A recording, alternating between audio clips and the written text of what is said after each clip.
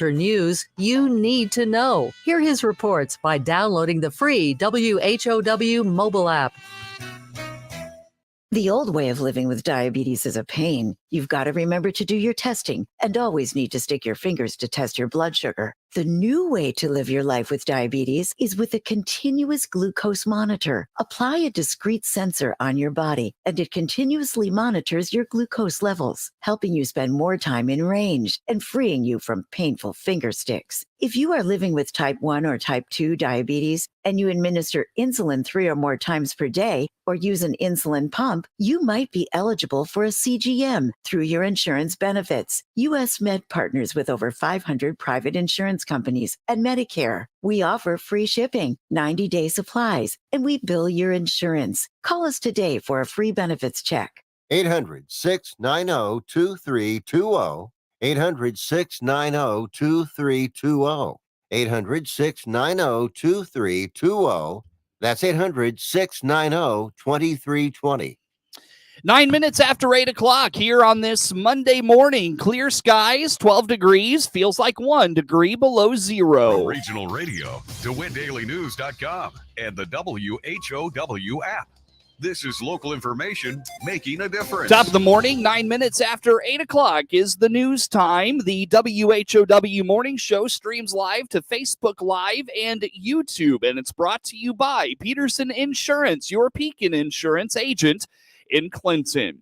A local grocery store owner says inflation is the worst it has been in 50 years. Clinton Save-A-Lot owner Dave Jackson says food prices are increasing at rates he calls out of control and runaway. He says there are legitimate reasons for the rise in prices, but he also believes there are companies that are jumping on the trend of the rising prices, taking advantage of the situation. Inflation is the worst.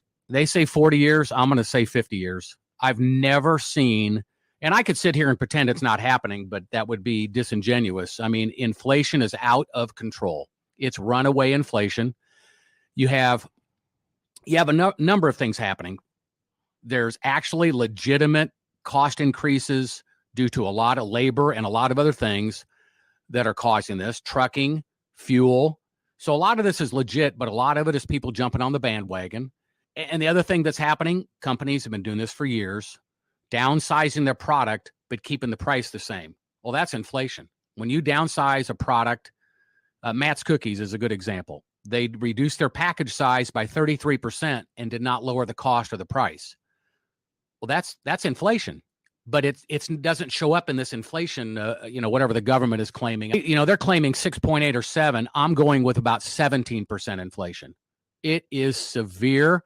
Every single manufacturer that delivers to my store, direct delivery, Save-A-Lot, everything is going up at a pace that we can't hardly keep up with. Jackson indicates he's doing everything he can to keep prices as low as he can, but admits he can't do that forever. And we eat a lot of these increases. We temper them. We try to, if something's going up 20 cents, maybe we go up 10 and we eat the other 10. We can't do that on everything. Yeah, I was going to say, how do you handle that? It's, fortunately our volume is such that we're able to deal with it. Our volume keeps growing. Matter of fact, the Monday and Tuesday before the snowstorm, had it not been for the virus of 2020, we would have had our first and second best day ever. Mm-hmm. So that'll give you an idea of the growth that we're experiencing and the draw. But 24-pack water, we're $1.98. We have been since 2009. Nobody's lower. It now costs, I think it's $2.34 a 24-pack or $2.24. But so we're losing $20 to $30 a pallet, and we sell a lot of water. Mm-hmm. I've decided to hold the line on that product. I can't do it forever, but I try to at least, have some items that are big demand items that the price is attractive. Mm-hmm. And I've seen that item $5.99 for private label, $6.99. We're not going to do that. Jackson explains they sell some items on razor-thin margins, but admits they also suppress prices on other items because they're going up so fast. He has a hard time raising the prices as fast as the manufacturers, but admits a lot of price increases are out of his control. Anyway, the supply chain's a mess. Anybody that tells you it isn't, you see it everywhere. Pop increases. I can tell you that one of the major I guess I don't need to name them, but one of the major pop companies has increased increased prices at a rate that I can't believe. And no one else is going up as fast as they are. I don't know what they're doing, but I think they're taking advantage of the public. We make on one of the name brand sodas, we make 2 cents a 12 pack, 2 pennies. In order to be competitive, I'm making, and I'm not kidding, I'll show anybody an invoice. We're making 2 cents. So we do what we have to do. We try to be out there for the customer, and think about from the customer's angle. When stuff's going up $1, $1.50 a unit, it's really hard for me to put my arms around that. So I try to control it as best I can, but most of this is out of my control. Jackson indicates retaining ownership of the old Save-A-Lot building has allowed him to stock up on certain items and buy them before either they're short because of supply chain issues or the prices go up so significantly. Social Security is sending out another reminder to the public about scams and frauds that continue to take advantage of vulnerable Americans. Jack Myers with Social Security indicates scammers are always finding new ways to steal money and personal information. He emphasizes one of the most effective ways to defeat scammers is to know how to identify scams and ignore suspicious calls and emails. Yes, Seth, unfortunately, this topic just doesn't go away. The scammers are always finding new ways to steal your money and your personal information. And, a lot of times what they're doing is they're exploiting your fears. So, one of the most effective ways that you can defeat a scammer is to know how to identify the scams and to ignore the suspicious calls and emails.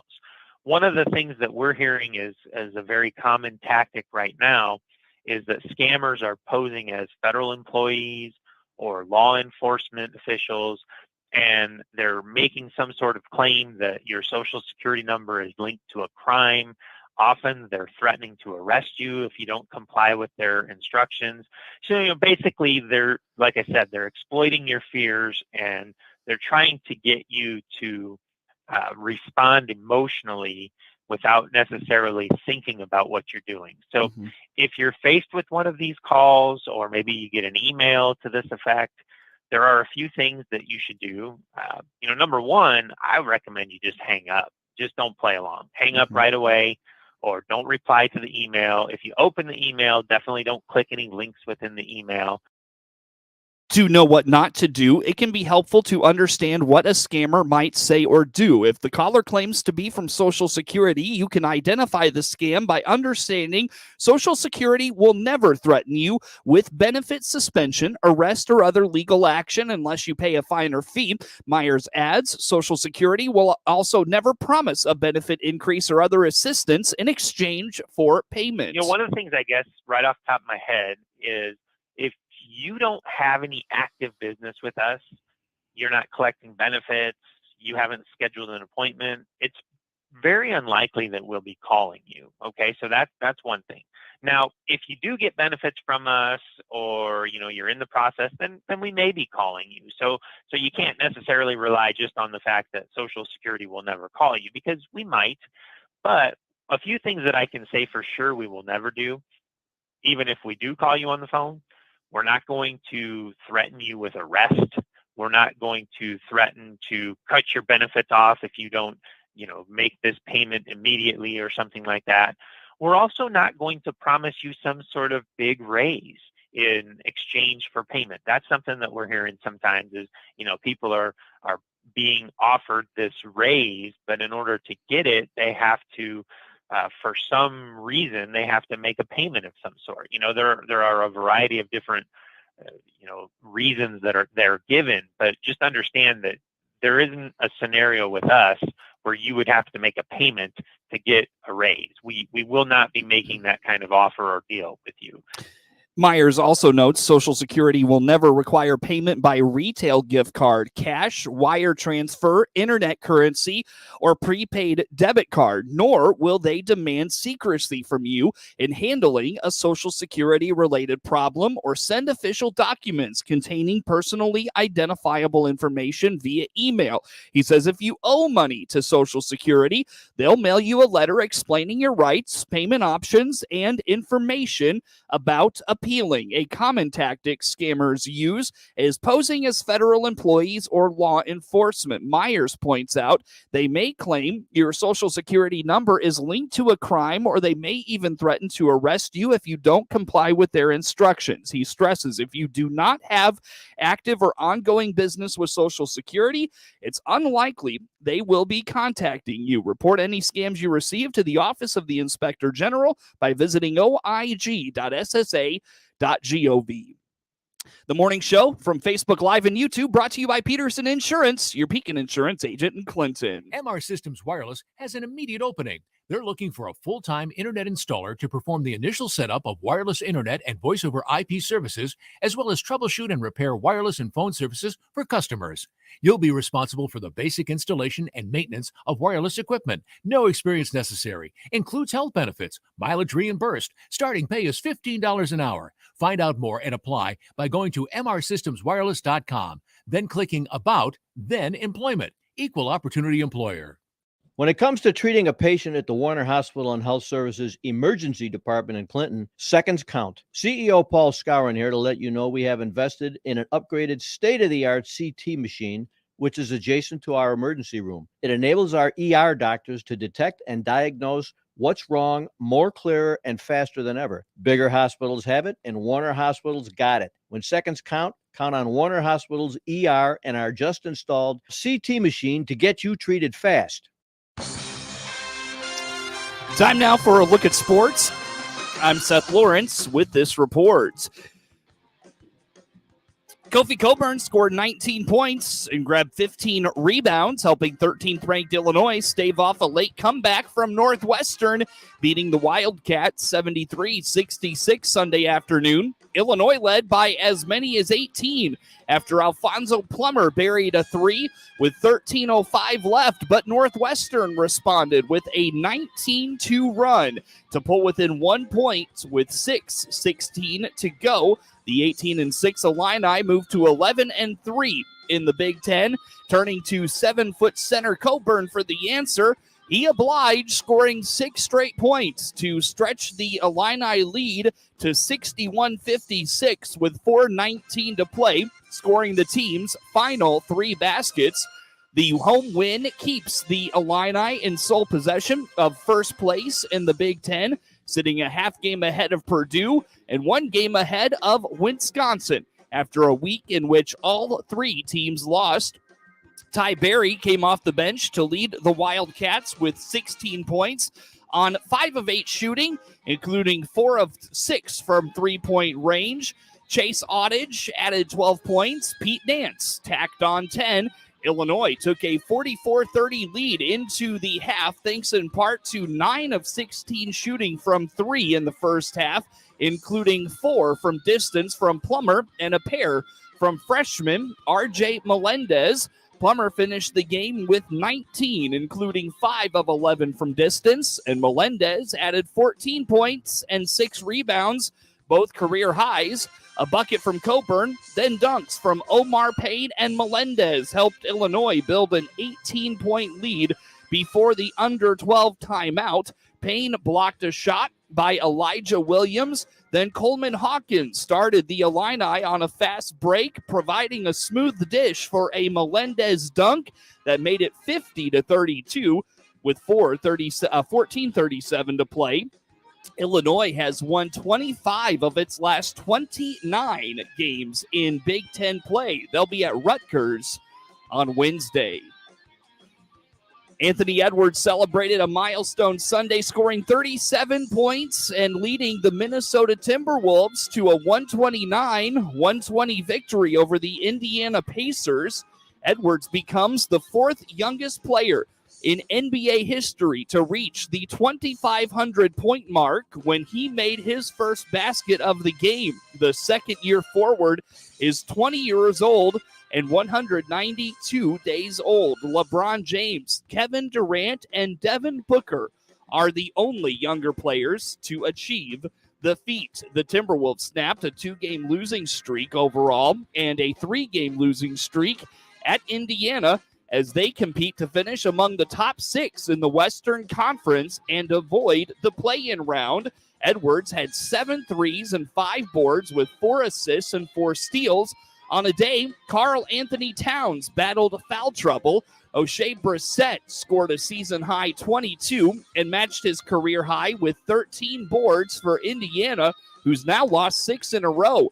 Tyrese Halliburton scored 22 points and dished out 16 assists, one short of tying his career high in just his second game with the Pacers. The difference, though, was Minnesota's size and depth.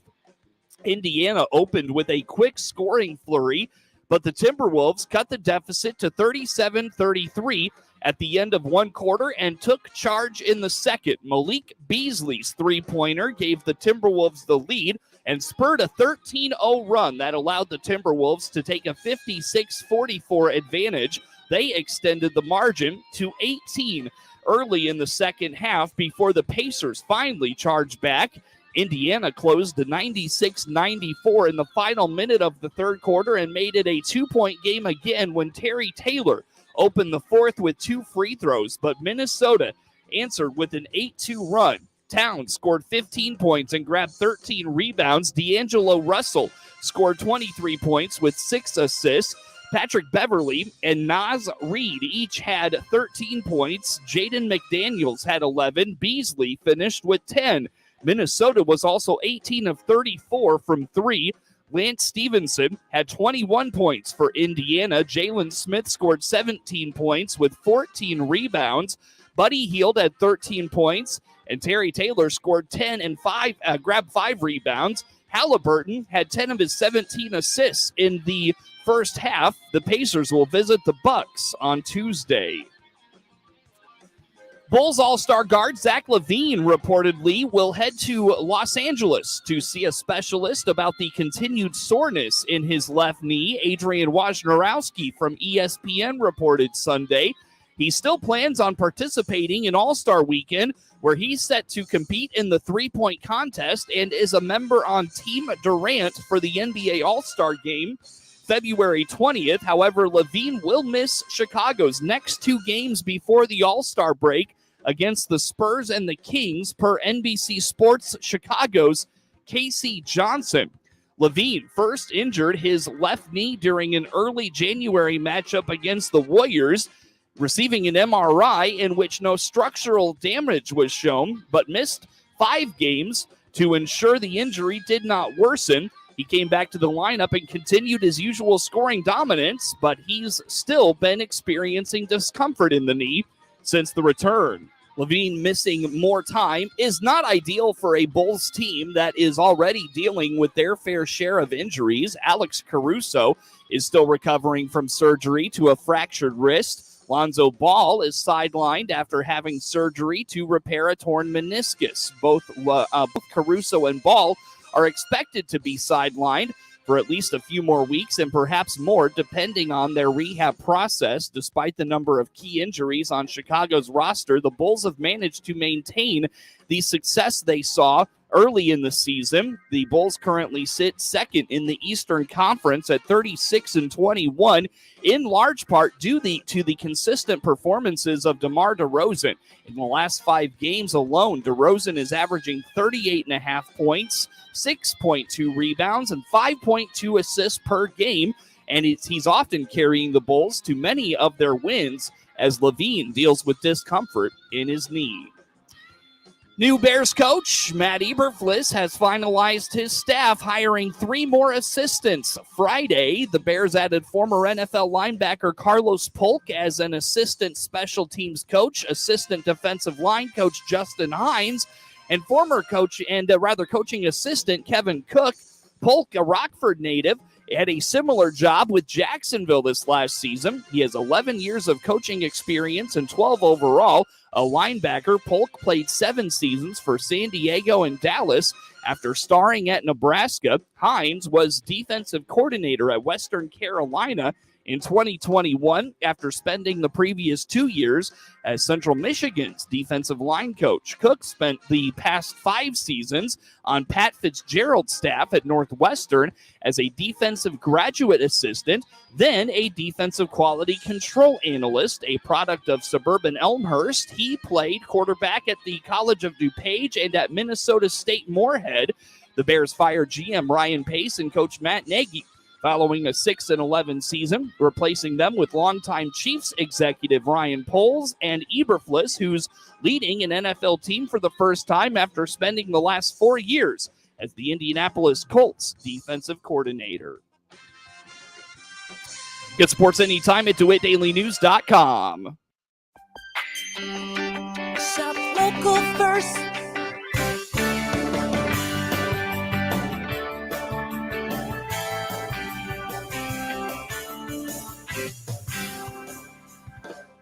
The economic health of our community rests with each of us, with our own pocketbooks. Economists tell us that the dollar spent at a local store is spent multiple times before it leaves our local area. From $1, you create $5 to $14 in value within the local area. The Miller Media Group and this local business encourage you to shop local first. First National Bank and Trust in Clinton.